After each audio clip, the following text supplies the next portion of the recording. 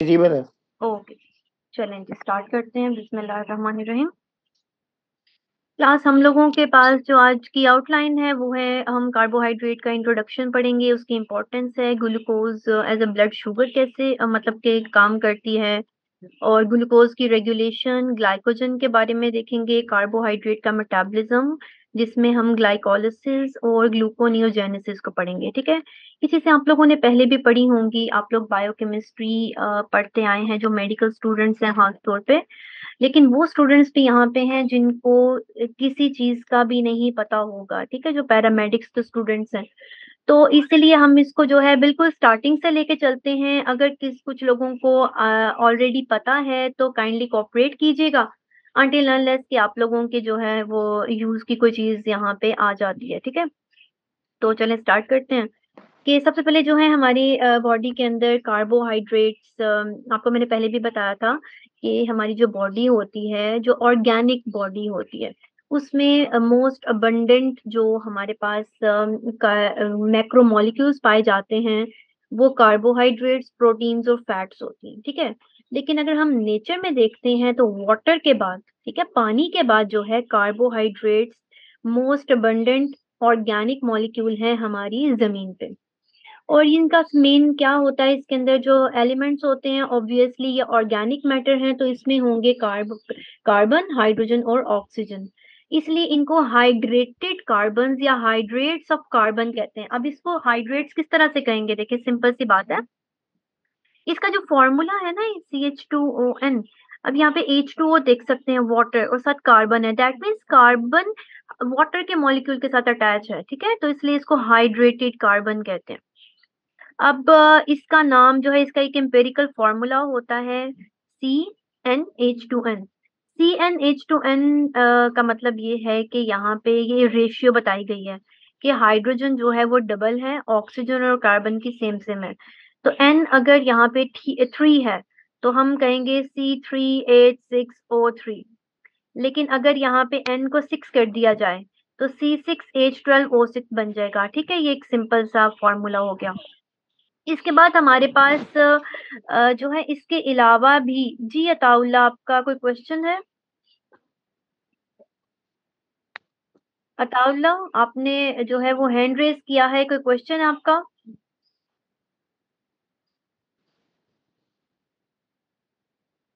Okay, class हमारे पास जो है और भी ऐसे कंपाउंड्स होंगे जिनके empirical formulas almost same same होते हैं, लेकिन वो जो है वो कार्बोहाइड्रेट्स नहीं होते।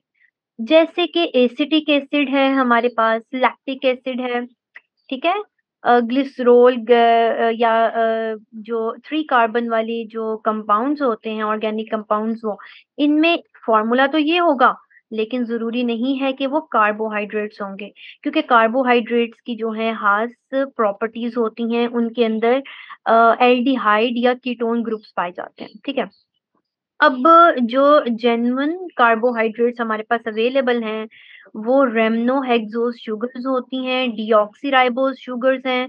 और लेकिन इनके जब हम यहाँ पे देखते हैं तो ये जो ऊपर वाला फॉर्मूला बताया गया है ना, ये वाला फॉर्मूला जो है यहाँ पे आके थोड़ा सा फेल हो जाता है। देखिए यहाँ पे एन अगर 6 है तो यहाँ पे एच ओ के साथ जो है वो 6 होना चाहिए, लेकिन यहाँ पे 5 है। तो यहाँ पे कुछ एक्सेप्शनल केसेस होंगे, तो वो आप लोगों ने जो है इनको एक्सेप्शनल केसेस को वैसे ही याद रखना है। ठीक है, ये देखें डीऑक्सीराइबोस शुगर का यहाँ पे जो है ना हमारे पास एक जो है वो कम होती है ऑक्सीजन। तो यहाँ पे जो है ना हम लोगों ने इसको देखना है, इसके फॉर्मूले को और रेमनो हेक्सोस के फॉर्मूले को। अब इसकी जो है ना डेफिनेशन देखें तो जैसा कि आप लोग पहले से भी जानते हैं कि these are the carbohydrates are the polyhydroxy aldehyde and ketone compounds which produce monosaccharides upon hydrolysis। अब कार्बोहाइड्रेट जो है वो इस तरह के कंपाउंड्स होते हैं जिसके अंदर बहुत मतलब हाइड्रोजन और ऑक्सीजन जो है बेसिकली वाटर की फॉर्म में प्रेजेंट होते हैं, और ऑक्सीजन और हाइड्रोजन का एक ग्रुप होता है जिसको हाइड्रोक्साइल ग्रुप कहते हैं। तो अभी हम स्ट्रक्चर भी आगे देखेंगे कि इसके अंदर जो है हाइड्रोक्सिल ग्रुप्स जो है वो बहुत ज्यादा पाए जाते हैं, और एक साइड पे क्या होता है, एल्डिहाइड या कीटोन ग्रुप होता है। ठीक है, तो इसको इसीलिए जो है पॉलीहाइड्रोक्सी मतलब ज्यादा हाइड्रोक्सिल ग्रुप्स होते हैं और एल्डिहाइड और कीटोन्स कहा जाता है। और ये जो है ना इनको अगर हम नॉर्मल वे में देखें तो इसको शुगर कहते हैं। अब पानी ये क्या होते हैं, पानी में सॉल्युबल होते हैं। जैसे हम लोग ग्लूकोज का पाउडर लेते हैं, उसको पानी में सॉल्युबल करते हैं और ऑब्वियसली वो सॉल्युबल हो जाता है। और इनका जो टेस्ट है वो स्वीट होता है। और जब हम चीनी खाते हैं, कोई मीठी चीज खाते हैं, तो उनका टेस्ट जो है वो स्वीट होता है। अब इसकी माइनस क्लासिफिकेशन यहाँ पे मैंने बता दी है ताकि आप लोगों का गो थ्रू हो जाए। अब कार्बोहाइड्रेट्स की अगर हम क्लासिफिकेशन करते हैं तो तीन तरह से इसकी क्लासिफिकेशन होगी। मोनोसेक्राइड्स हैं, ओलिगोसेक्राइड्स और पॉलीसेक्राइड्स हैं। मोनोसेक्राइड्स को सिंपल शुगर्स कहते हैं क्योंकि ये बिल्कुल एक सिंपलेस्ट फॉर्म होती है which can not be hydrolysed later. ठीक है, इसको हम मजीद नहीं ब्रेक डाउन कर सकते। और जब भी इसने ब्रेक डाउन होना होगा ये हमारे सेल्स के अंदर जाके होगा, सेलुलर लेवल पे ये टूटेंगे। ओके, इसे एग्जांपल है गैलेक्टोज, फ्रुक्टोज, राइबोज, डीऑक्सीराइबोज और ग्लूकोज। ठीक है, इसके अलावा हमारे पास डाइसेक्राइड या ओलिगोसेक्राइड्स आते हैं। अब यही मोनोसेक्राइड जो हैं आपस में जुड़ जाएंगे तो डाइसेक्राइड या ओलिगोसेक्राइड्स बनाएंगे। ठीक है, अब डाइसेक्राइड में दैट मीन्स डाई का मतलब होता है दो।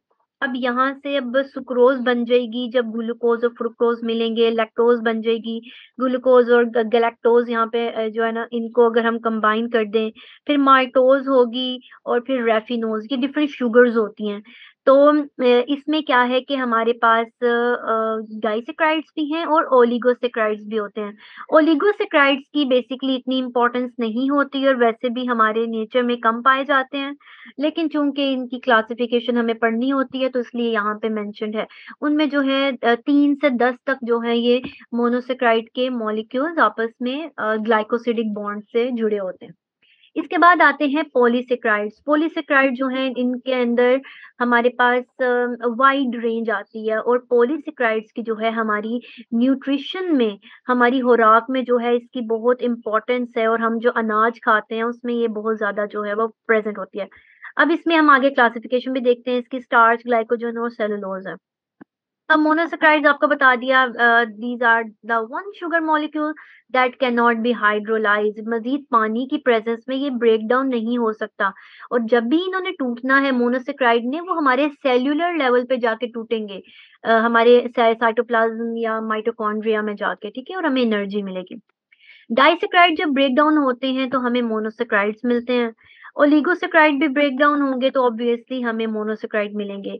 और पॉलीसेक्राइड्स जो कि हम खाने में इनको खा रहे होते हैं, जैसे चावल है, गंदुम है, ठीक है, इन सब में जो है पॉलीसेक्राइड होते हैं। ये हमारे मैदे में, हमारी आंतों में, इवन हमारे माउथ में जो सलाइवरी ग्लैंड्स होते हैं, इनके जो है ना प्रेजेंस में ये ब्रेक डाउन होते हैं। तो अब इसको जो है ना मजीद देख लेते हैं।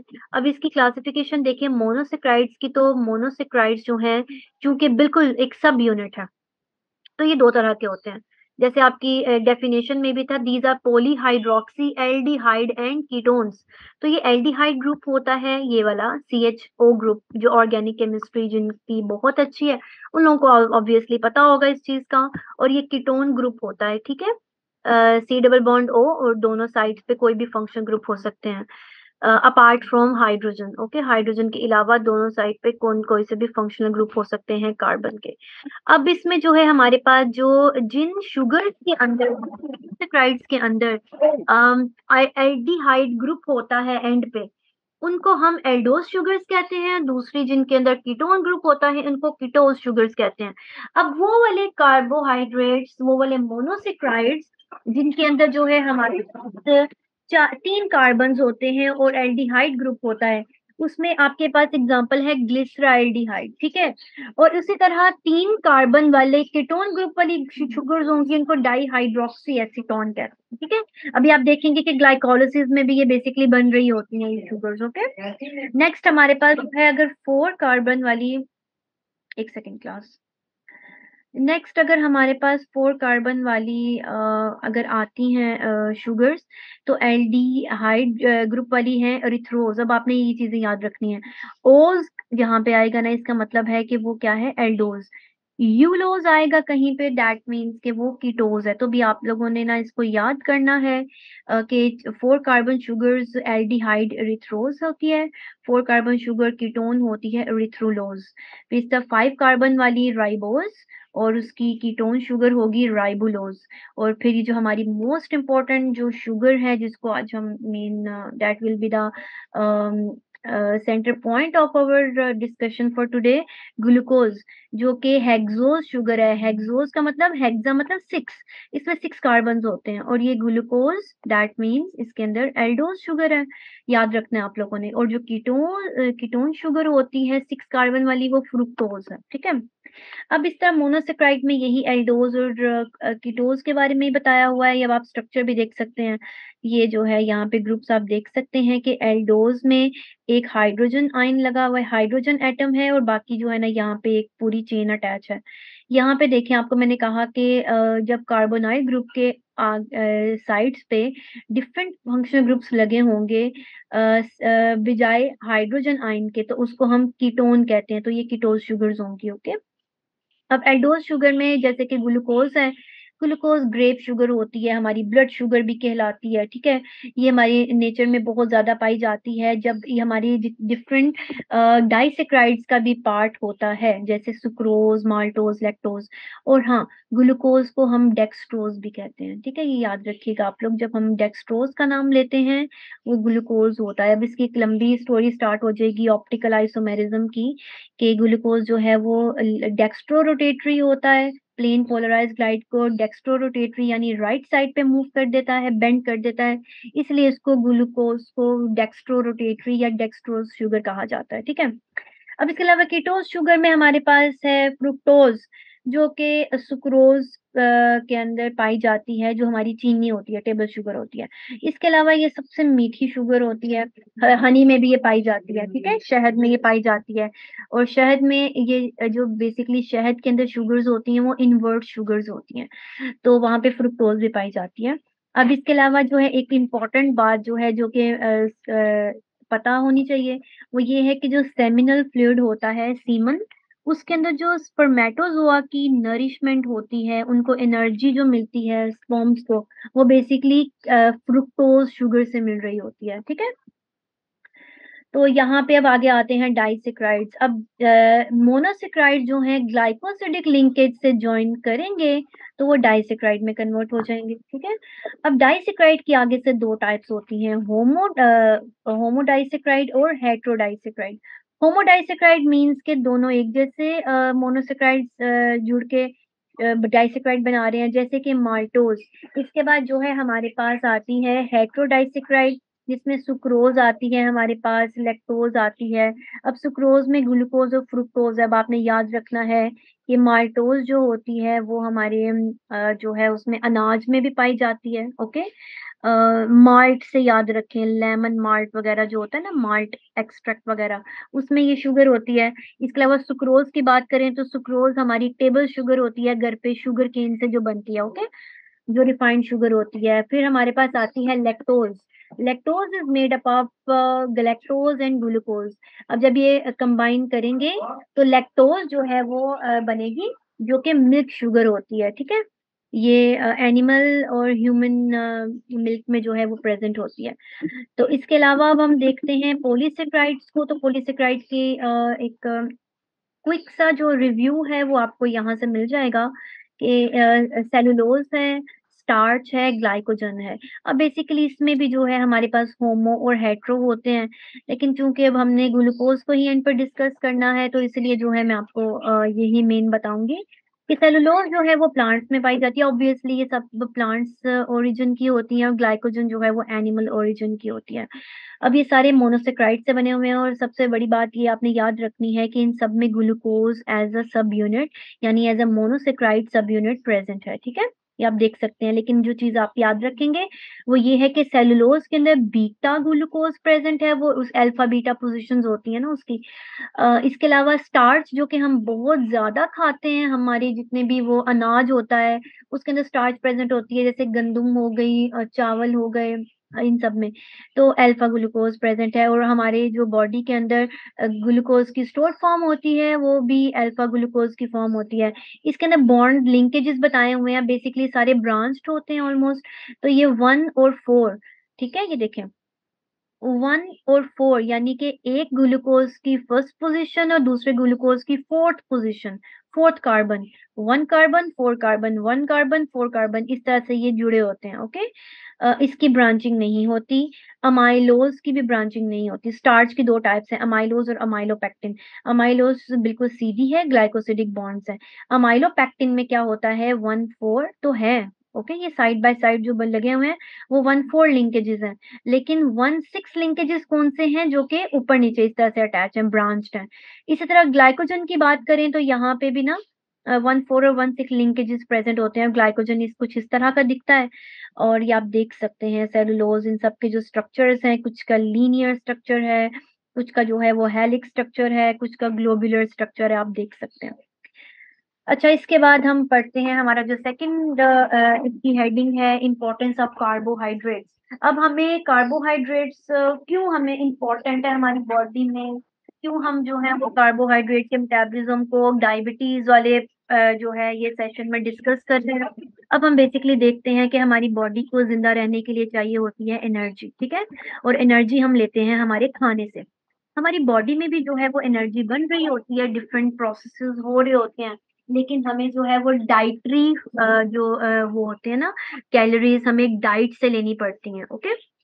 हमारी बॉडी बेसिकली मेटाबॉलिज़्म कर रही होती है, एनर्जी जो स्टोर्ड फॉर्म ऑफ वो होती है ग्लूकोज़ होती है या फैट्स वगैरह होती हैं, उनको ब्रेक डाउन करके एनर्जी बना रही होती है, लेकिन हमें फिर से जो है ना खाना खाना पड़ता है, पानी पीना पड़ता है अपनी एनर्जी को बूस्ट करने के लिए, ओके? अब यहाँ पे सबसे पहले बात आपने याद रखनी है कि हमारी बॉडी में जो इंस्टेंट सोर्स ऑफ एनर्जी होता है, वो ग्लूकोज़ होता है या फिर आप कह सकते हैं कार्बोहाइड्रेट्स होते हैं। अब देखें जब गर्मियों का मौसम आता है, तो आप अक्सर देखते हैं कि लोग जो छोटे बच्चे होते हैं ख़ास तौर पे वो स्कूल में, कॉलेजेस में बेहोश हो जाते हैं। क्योंकि उनका ग्लूकोज़ लेवल इतना कम हो जाता है, वो इतनी एनर्जी उनकी बॉडी कंज़्यूम कर रही होती है, मेटाबॉलिज़्म हो रहा होता है, तो उनको क्या करते हैं, हमको जूस वग़ैरह पिला देते हैं, कुछ खिला देते हैं कि बॉडी के अंदर एनर्जी जाए, ठीक है? एनर्जी बने। बॉडी के अंदर जब ये कार्ब्स जाएँगे, तो कार्ब जो हैं वो इमीडिएट सोर्स ऑफ एनर्जी होते हैं। इसके अलावा these are the second most occurring substance in nature after the water. और अब हम देखें तो इसमें जो है ना हमारी हर जगह पे जो है कार्ब्स हमें देखने को मिलते हैं। लकड़ी में मतलब कि यानी कि जो लकड़ी होती है या प्लांट्स की जो सेलुलोज़ होती है, जो सेल वॉल वगैरह होती है, वो सारी जो है वो कार्बोहाइड्रेट्स की बनी होती है सेलुलोज़ की, ठीक है? इसके अलावा कार्बोहाइड्रेट्स जो हैं फोटोसिंथेसिस के प्रोसेस में क्या होता है कि प्लांट्स जो हैं वो कार्बोहाइड्रेट्स बनाते हैं। हम प्लांट से अपनी खुराक लेते हैं ना, तो हम खुद तो नहीं बनाते खुराक। तो प्लांट जो है वो कार्बन डाइऑक्साइड और वाटर को कंज़्यूम करके और सनलाइट को, ठीक है? सनलाइट पड़ती है तो ग्लूकोज़ बनता है और ग्लूकोज़ फिर आपको पता है कि प्लांट के अंदर जितनी भी अनाज उगता है, प्लांट से फ्रूट उगते हैं उसमें फिर वो ग्लूकोज़ स्टोर हो जाता है और हम उसको कंज़्यूम कर लेते हैं, ठीक है? साथ हमारे लिए प्लांट्स जो हैं वो ऑक्सीजन भी बनाते हैं। इसके अलावा कहा जाता है कि जो कार्बोहाइड्रेट्स हैं उनका एक मॉलिक्यूल जो है हमें 4 देखें 1 ग्राम ऑफ कार्बोहाइड्रेट से हमें 4 कैलोरीज़ एनर्जी मिलती है। Calorie is the unit of energy, okay? अब हमारी बॉडी इसको ऑक्सिडाइज़ करती है, ऑक्सीजन के प्रेज़ेंस में इसको ब्रेक डाउन करती है। अब देखिए हमारी बॉडी क्या करेगी, यही प्रोसेस को उल्टा कर दें तो हमारी बॉडी ये प्रोसेस कर रही होती है, ग्लूकोज़ प्लस ऑक्सीजन हम ऑक्सीजन बॉडी के अंदर लेके जाते हैं, हमारे लंग्स से हमारी आर्टरीज़ में आती है, हमारी आर्टरीज़ से पूरी बॉडी में वो फैल जाता है खून के जो है ना ऑक्सीजन, ठीक है? हमारी जो बॉडी के हर एक सेल को ऑक्सीजन मिलती है, हमारी हर एक हार्ट बीट के साथ, हर एक साँस के साथ।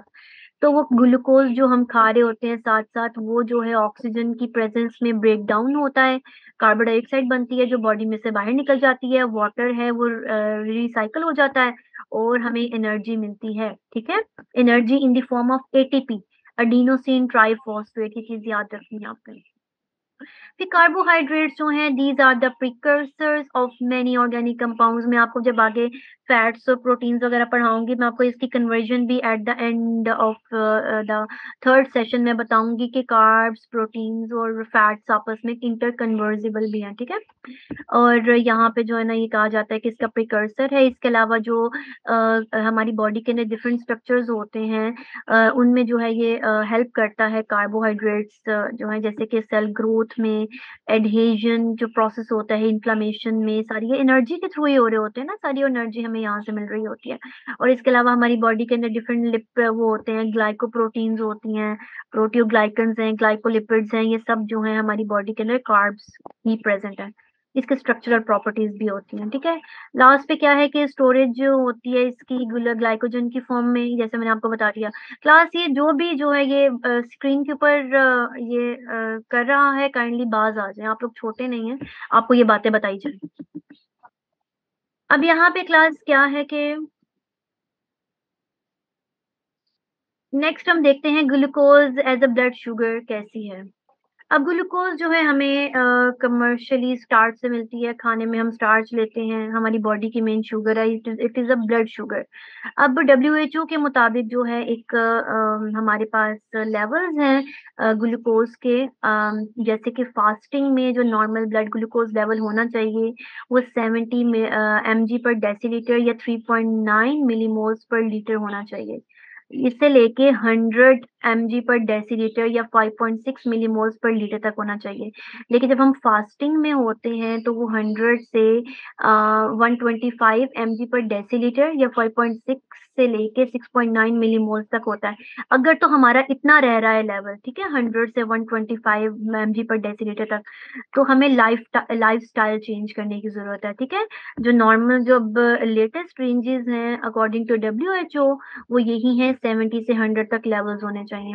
इसके अलावा अगर फास्टिंग ब्लड ग्लूकोज लेवल जो है 126 mg पर डेसीलीटर से या उससे ज्यादा चला गया है, और हमारी जो हमने टेस्ट करवाए, फास्टिंग में करवाया, हमने HbA1c चेक करवाया, ये दो टेस्ट हमने सेपरेटली करवाए हैं और हमें ये वाले लेवल्स आ रहे हैं 126 mg पर डेसीलीटर या उससे अबव आ रहे हैं, तो पेशेंट के अंदर डायबिटीज डायग्नोज हो जाएगी, ठीक है। इसको हम आगे मजीद डायग्नोसिस में भी पढ़ेंगे। नेक्स्ट हम लोग देखते हैं कि ग्लूकोज की रेगुलेशन किस तरह से होती है। अब जाहिर सी बात है, हम लोग ग्लूकोज खाने में खाते हैं तो ग्लूकोज जो है वो ब्रेक डाउन होगा। हम चावल खाएंगे, हम रोटी खाएंगे, जितनी भी हमारे अनाज में या हमारे फूड में, फ्रूट में शुगर्स होती हैं, वो एट द एंड जो है वो ग्लूकोज में कन्वर्ट होती हैं हमारी जीआईटी के अंदर, ठीक है। अब आप यहाँ पे इजी देख सकते हैं कि ये जीआईटी की लाइनिंग है। अब हमारी बॉडी में जितनी भी एपिथेलियल लाइनिंग्स होती हैं उसकी दो सरफेसेस होती हैं। एक बाहर वाली सरफेस जो होती है, जो कि हमारे उस ल्यूमिन के साथ अटैच है, जो जीआईटी का ल्यूमिन होता है, जो अंदरूनी उसकी वो होती है, वॉल होती है, उसको हम एपिकल सरफेस कहते हैं, ठीक है। और आप एपिकल सरफेस यहाँ पे देख सकते हैं, ये जो है ना इस तरह से जिगजैग पैटर्न है इसका। और दूसरी सरफेस जो कि हमारी दूसरी साइड पे अटैच होती है, उसको हम कहते हैं कि वो क्या है, बेसल सरफेस है। अब यहाँ पे देखें कि एक साइड पे इंटेस्टाइन है, एक साइड पे ब्लड है। अब हमारी जितनी भी जीआईटी की लाइनिंग होती है, वहां पे माइक्रोविलाई की जो लाइनिंग है खास तौर पे, जहां से चीजें अब्जॉर्ब होके हमारे खून में आती हैं। तो बेसिकली अब यहाँ पे आप देख सकते हैं कि एपिकल सरफेस इस तरफ है, बेसल सरफेस यहाँ पे है।